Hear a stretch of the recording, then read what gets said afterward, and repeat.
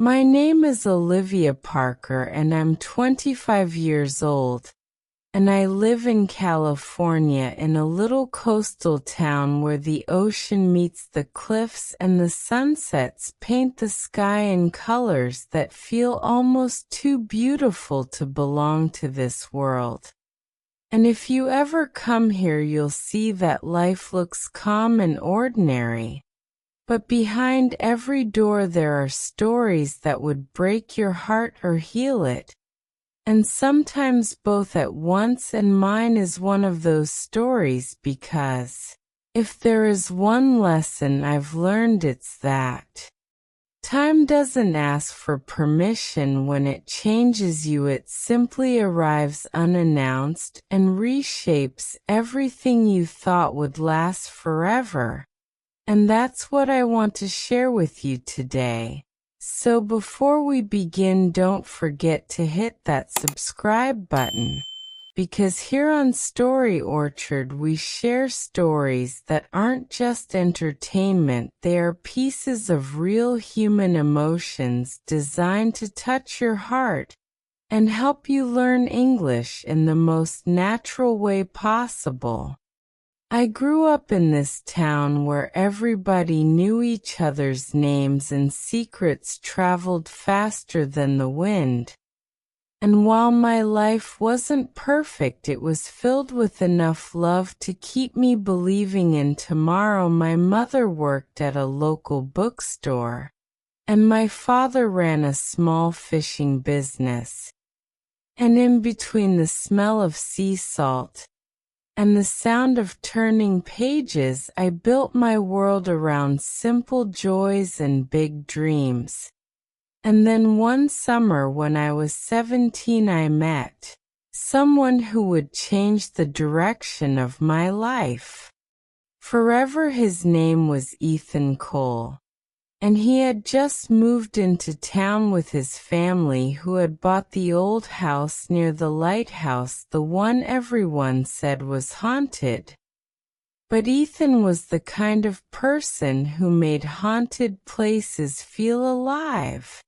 He had messy dark blonde hair that fell into his eyes and a sketchbook he carried everywhere.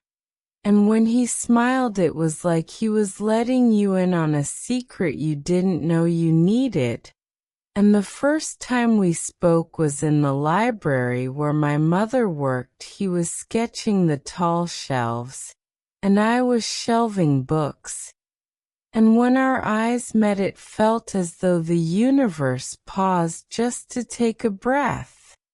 We started as friends, walking along the cliffs after school, sharing ice cream cones at the boardwalk, and staying up late on the phone talking about everything from our favorite songs to the kind of people we wanted to become. I told him I wanted to be a doctor to help people in ways I had seen my community desperately need. And he told me he wanted to be an architect to design places that made people feel safe and free. And in those conversations I learned that dreams can bind two people closer than even love can, because they give you something to reach for together. By the time senior year ended, Ethan and I were inseparable. We carved our initials into the old oak tree by the lighthouse and promised that no matter what time tried to do to us, we would always find our way back to each other. And when we went off to college, we believed distance couldn't break us. I studied pre-med in San Francisco, and he studied architecture in Los Angeles. And for the first year we called every night, sent letters every week, visited whenever our schedules allowed, and each reunion felt like the first time all over again. But as semesters rolled on, time started to carve its own path. Our conversations grew shorter as classes and responsibilities piled on. Our visits became rare, And even though our love was still alive, it was being reshaped in ways we didn't know how to stop. I still remember the summer after our second year when Ethan came back home, and I noticed how his sketchbook was filled with designs for buildings he wanted to create in New York, not California. And when I asked him why, he looked at me with a sadness in his eyes and said, "Because that's where the opportunities are." And for the first time, I felt the distance between us wasn't just miles, it was dreams pulling us toward different horizons. We tried to fight it, of course. We promised that our love would conquer whatever time threw at us. But the truth is, love doesn't stop time, it only makes you more aware of it. And slowly we started arguing about little things like missed calls or late replies.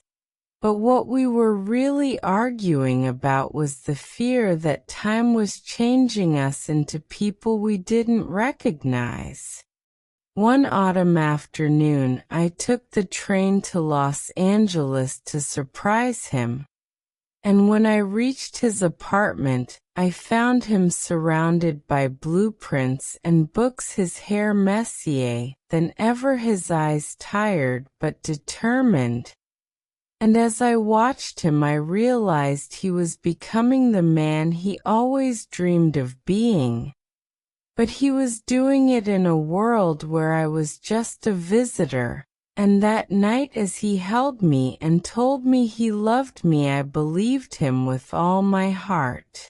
But I also felt the weight of something else unspoken, the knowledge that time was leading us down paths we couldn't walk side by side forever. And then came the night that changed everything. We were walking by the beach near my hometown, the waves crashing loud against the rocks, when Ethan stopped and looked at me with that same secretive smile and said, "Olivia, what if we can't hold on forever? What if time wins?" And for a moment I couldn't breathe, because the boy who once promised me eternity was now asking me to accept its end. I held his hand and whispered, "Ethan, if time changes everything, then let it, but don't let it change who we are to each other." And he kissed my forehead, but his silence told me more than words ever could. That winter, Ethan was offered an internship in New York, one he couldn't refuse. And though he begged me to understand, I felt like the universe was tearing away the one piece of my life I thought was unshakable. And I wanted to be supportive. I wanted to believe love could outlast time. But when I watched him board that plane, I felt as if my heart had boarded with him, leaving me empty on the ground. The months that followed were some of the hardest of my life. I poured myself into my studies, into hospital volunteer work, into anything that would keep me from drowning in the silence of his absence. And though Ethan and I still spoke, it wasn't the same. His voice grew distant, his words fewer, and I could feel time carving a canyon between us that no bridge of promises could cross. Yet even as the pain consumed me, a part of me still held hope that somehow we would find our way back, that somehow time would give back what it had taken away.